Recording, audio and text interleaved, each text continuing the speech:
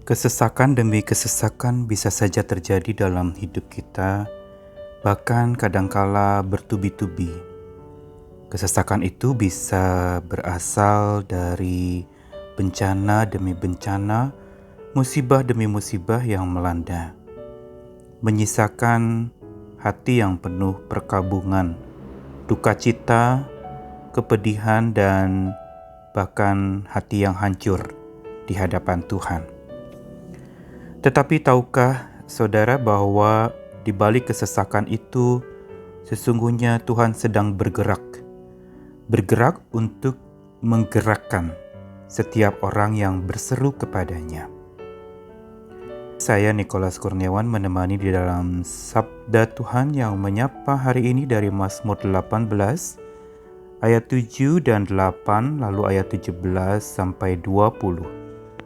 Mazmur ini kembali dari Daud dalam pengalamannya setelah dia mengalami bebas dari cengkeraman semua musuhnya dari tangan Saul, raja yang tidak menghendaki dia untuk memerintah di kemudian hari.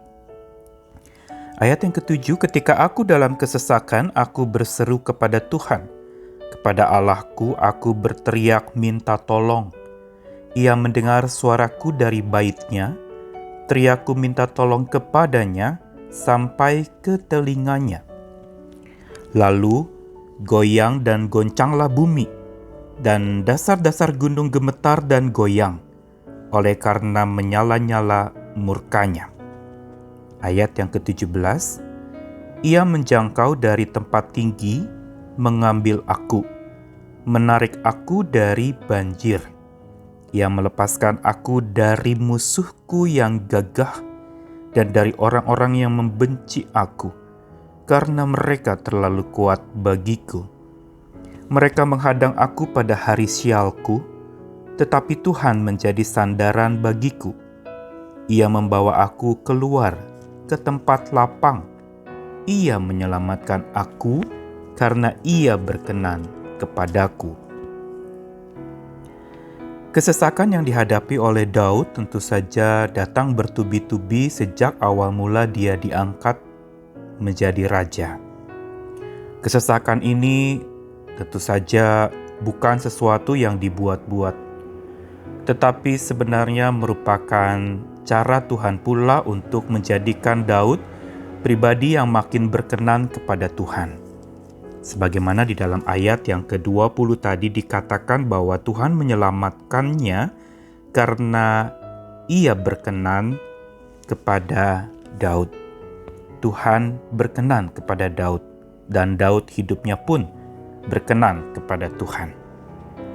Keberkenanan inilah yang sebenarnya menjadi jembatan untuk lalu kemudian kesesakan seorang yang percaya kepada Tuhan tidak akan menjadi sesuatu yang menghancurkan.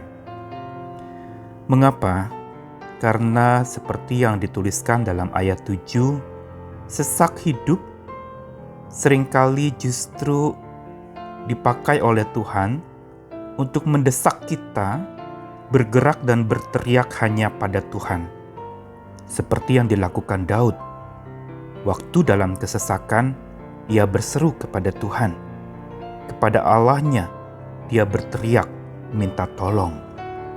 Bahkan dikatakan, suara teriakannya itu didengarkan oleh Tuhan. Teriakan minta tolongnya sampai ke telinga Tuhan. Ini sungguh menjadi sebuah kelegaan, walaupun mungkin sebagai manusia dan pada saat dia berseru kepada Tuhan, masalah belum selesai. Kelelahan masih banyak, dan kesesakan masih membludak dan memenuhi hati sehingga tambah lelah, dan perkabungan menjadi makin mengerumun, memenuhi hidup Daud. Tapi yang menarik di dalam ayat yang ke-8, dikatakan lalu goyang dan goncanglah bumi, dan dasar-dasar gunung gemetar dan goyang, oleh karena menyala-nyala murka Tuhan. Mengapa ayat 8 ini merupakan sebuah kelanjutan dari seruan Daud dalam kesesakan kepada Tuhan? Justru Tuhan menjawab tidak dengan kata-kata langsung kepada Daud, tetapi dengan sebuah kekuatan kuasa tindakannya yang tegas. Dan ini yang membuat Daud justru menjadi tenang. Karena jawaban tegas lewat murka Tuhan yang dituliskan dalam ayat 8, lewat goncangan bumi, dasar-dasar gunung gemetar, dan masih banyak bencana-bencana alam yang dituliskan di sana, baik dalam ayat-ayat lain, ayat 9, 10, 11, dan juga ayat yang ke-14 tentang Tuhan mengguntur di langit. Semua ini merupakan jawaban tegas dari murka Tuhan yang tidak dapat dipermainkan, yang tidak dapat sembarangan diperlakukan. Ini menjelaskan kepada kita bahwa jawaban tegas dari murka Tuhan justru bisa menjadi pegas, yaitu semacam per yang membuat kita melesat, bangun dari pulas kita, tidur panjang dalam kenyamanan, tidur panjang dalam segala sesuatu yang serba aman. Kita dibangunkan oleh jawaban tegas dari bencana atau murka Tuhan yang dinyatakan. Mengapa kita dibangunkan dari tidur pulas kita? Agar kita bergegas kembali kepada Tuhan.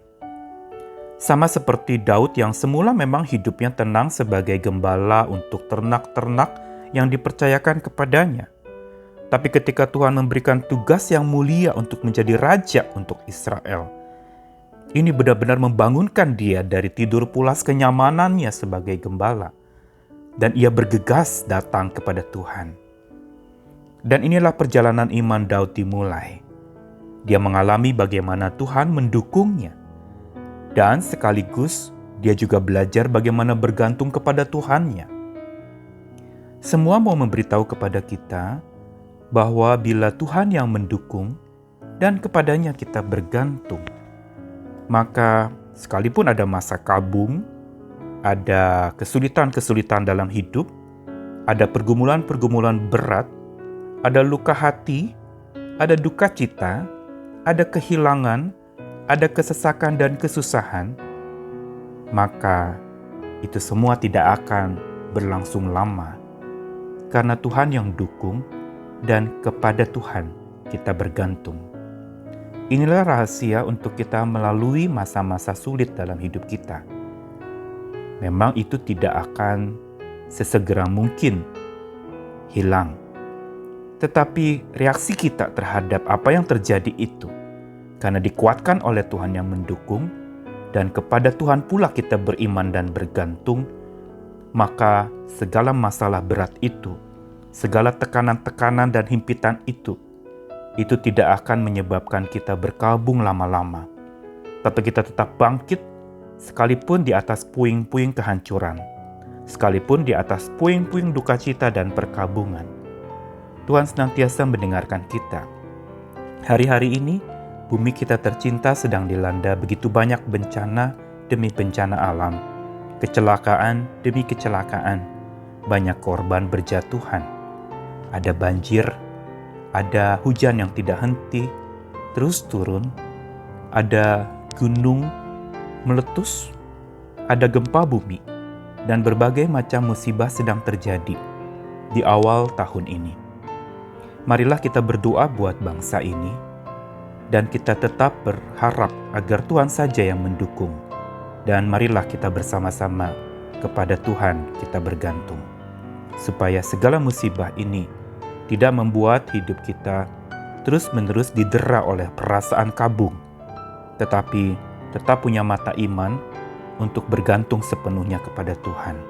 Sekalipun masalah memang masih terus berlangsung, tetapi masa kabung kita tidak akan lama berlangsungnya. Tuhan selalu menyertai kita. Jangan lupa berseru kepada Tuhan di dalam setiap kesesakan yang sedang engkau alami, karena teriakan minta tolong kita akan sampai ke telinga kasih-Nya. Amin.